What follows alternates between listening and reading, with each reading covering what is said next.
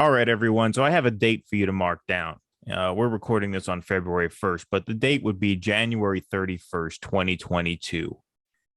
That is the date when what is quite possibly the dumbest and most ignorant opinion was expressed in the history of television by Whoopi Goldberg on The View, who, in the middle of a discussion regarding the banning of certain books like Maus, the famous Art Spiegelman graphic novel about his father's experiences during Hitler's Germany, she decided to interject an observation that the Holocaust, oh my God, I can't even say that the Holocaust was not about race. Here we go.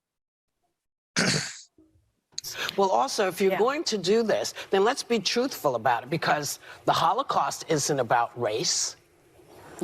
No, it's not about race. No, it's about a different race. But it's not about race. It's not about race. What is it about? Because it's about man's inhumanity to man.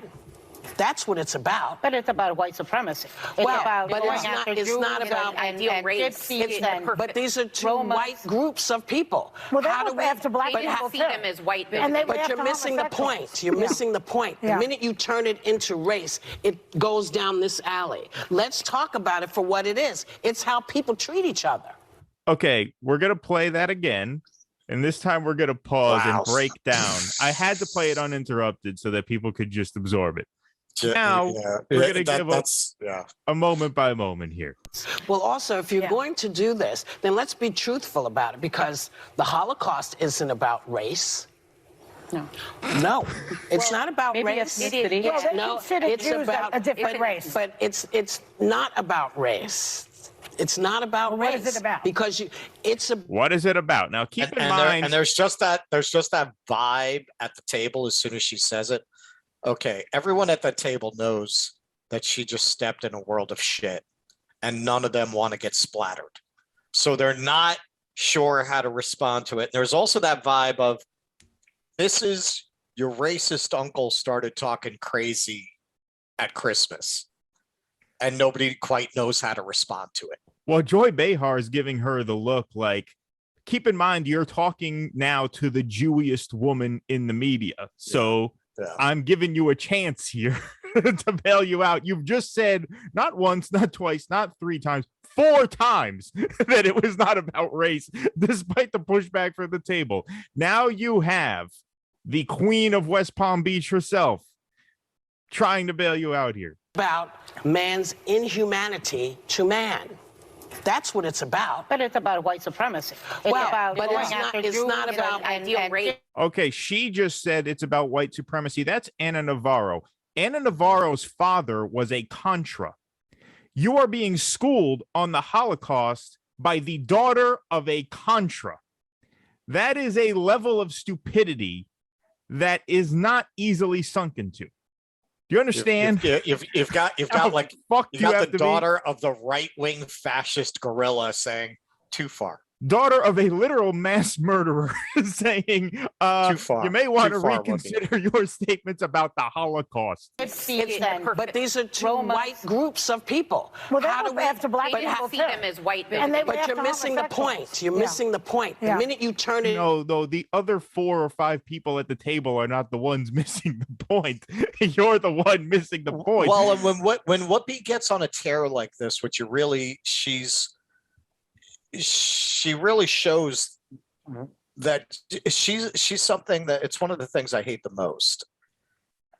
And it's far too common. People who are completely stupid and ignorant, who are very, very, for some reason, confident of their intellectual fiber and their competence to offer an opinion. Whoopi, I always wonder with people like this, where'd you get the positive reinforcement? Who told you were smart enough to keep talking right now? Who gave you that idea? Where'd you get that idea? Well, look, she is an ego. You know what we need here? We need to call Dr. Jill Biden to examine her head, because there might be something wrong with her. Dr. Jill I've heard Biden she's an amazing doctor. That's true. Whoopi At least Goldberg, Whoopi for a believes call. Whoopi believes that Dr. Jill Biden. Yeah, I said that's a very good point. She actually proposed her for Surgeon General. Right. Yep. She's such an actually amazing doctor. She's an amazing doctor. Okay, so this obviously did not go well. I mean, just a shockingly ignorant thing to say, just breathtakingly ignorant thing to say. So then I guess she was scheduled to appear on the Stephen Colbert show later that night anyway, because she has some TV movie that she's produced that's coming out. But anyway, she's invited on the Colbert show, and the first topic that they talk about is this brouhaha that she got herself into earlier in the day. These are just edited segments from that conversation because it went on for about 6 or 7 minutes, but I watched both the whole thing straight through and this edited segment, so I feel very confident saying that none of this is clipped out of context or edited in any sort of dishonest way. So here we're going to take a look at her sort of attempted clarification. So this is when she's already stepped in a huge pile of shit. And this is her attempt at clarifying her remarks. You are. People were very angry, and they said, no, we are a race. And I understand. I felt differently.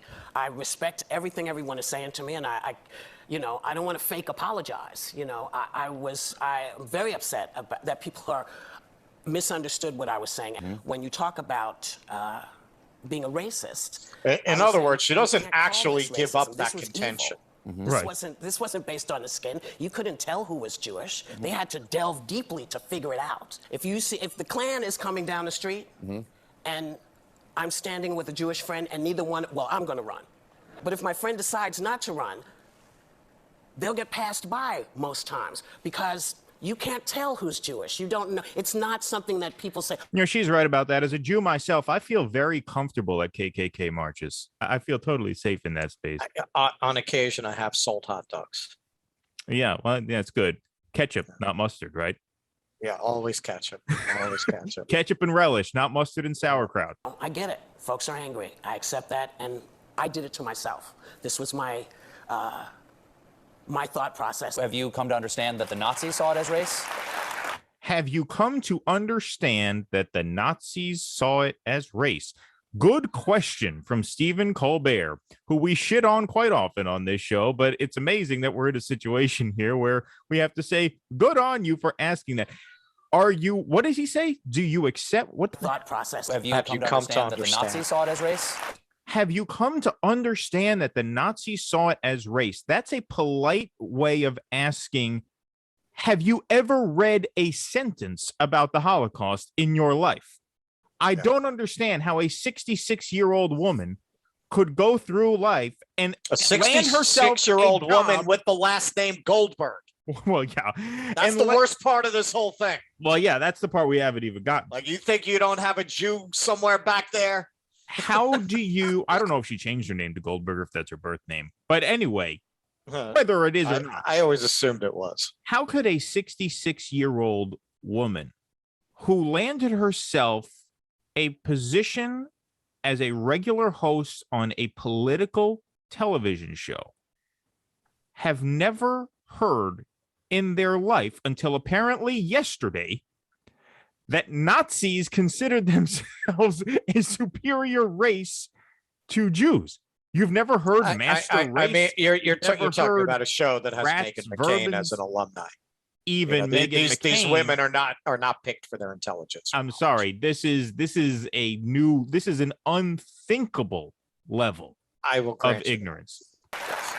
Well, because they might asking the Nazis, they would say, yes, it's a racial issue. Well, see, this is what's interesting. Of course not. Nazis would say, yes, it's a racial issue. I mean, I can't believe I'm watching two adults speaking. This is how you would talk to, I mean, an eighth grader should know this. A high schooler really should know this. A college graduate has to know this. A contributor on a top-rated political talk show doesn't know this? Are you kidding? Would you call it a political talk show? Of course it is. Or would you call it five drooling idiots talking about stuff they don't understand? Well, that's what it is in reality, but it is a political show. This is not like they talk about it's lasted this long on that basis. Why are they going to mess with the formula? Why get someone smart on that show? again, this is a new Hey, level. people, hey, the you know, their audience is probably at the same level. And you know, that's why it works. Okay, so he asked that question. I'm going to replay that question because let's hear her answer to that question. They're not fighting each other.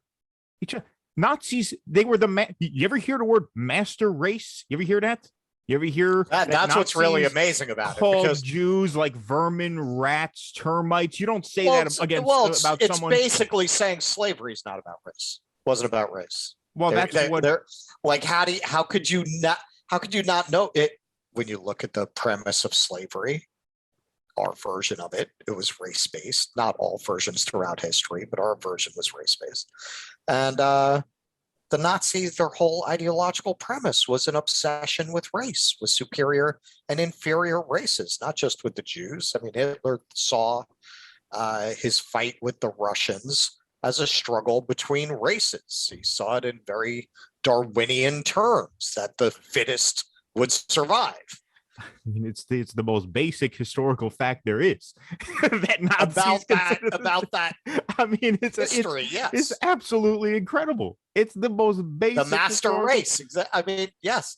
Like, how do you even watch the producers and not, which I'm sure she has, not come away understanding that. She actually lived in East Germany for a period of time, doing underground theater. No, she did. She told no. I'm dead serious. If you watch, she did a Bill Maher show way back in the 90s when he had a show on ABC, and she talked about her experiences living in East Germany.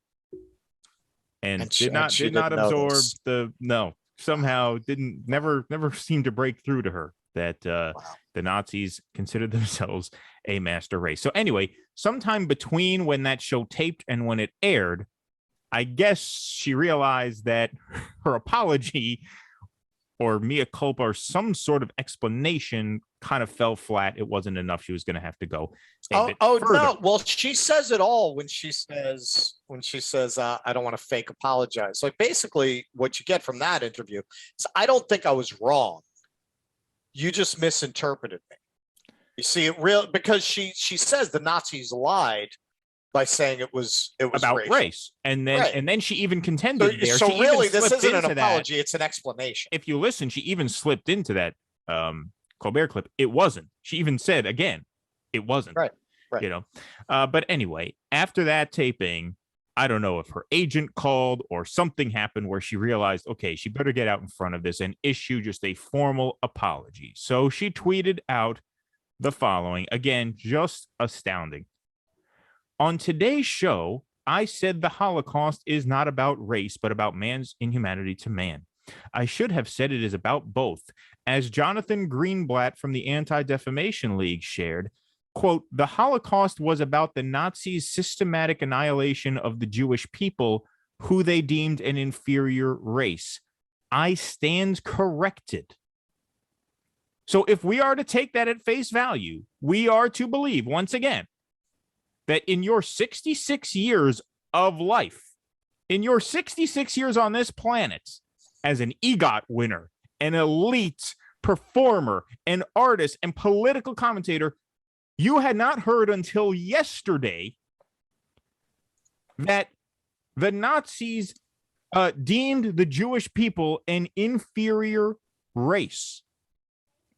How can you be so fucking stupid? Look, I am not probably she's so stupid because her real name is Karen Elaine Johnson. So what does she know? Right, yes. Exactly.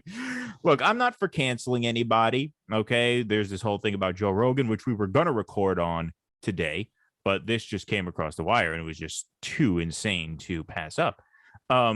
But look, I'm not for canceling anybody. If there's an acting role out there that she wants to play, she should go play it. I don't think she should be disappeared from public life. But how is this level of historical illiteracy not grounds for firing off of a political talk show? Like, how can you expect your audience to take seriously a woman's opinion on fucking anything if she did not know until yesterday afternoon that Nazis considered Jews an inferior race? This is one of the dumbest things I've ever heard in my life. I'm not even joking. You know, she also came out and defended Roman Polanski. Like, she's She's something else. Listen, no, I mean, And that was, and in your article, you quoted Ben Shapiro, who, we're not fans, but he's right. If Whoopi Goldberg were a conservative and she said that, she'd be gone from The View today. If Meghan McCain said that, she'd be fired from The View. Meghan McCain would be fired from The View immediately. And by the way, they would not be. There would not be one more appearance. They'd call tonight. That would have been it. And she would not have been invited on the Stephen Colbert show to do any sort of damage control. Colbert would have been skewering her the entire opening monologue. You know what I mean?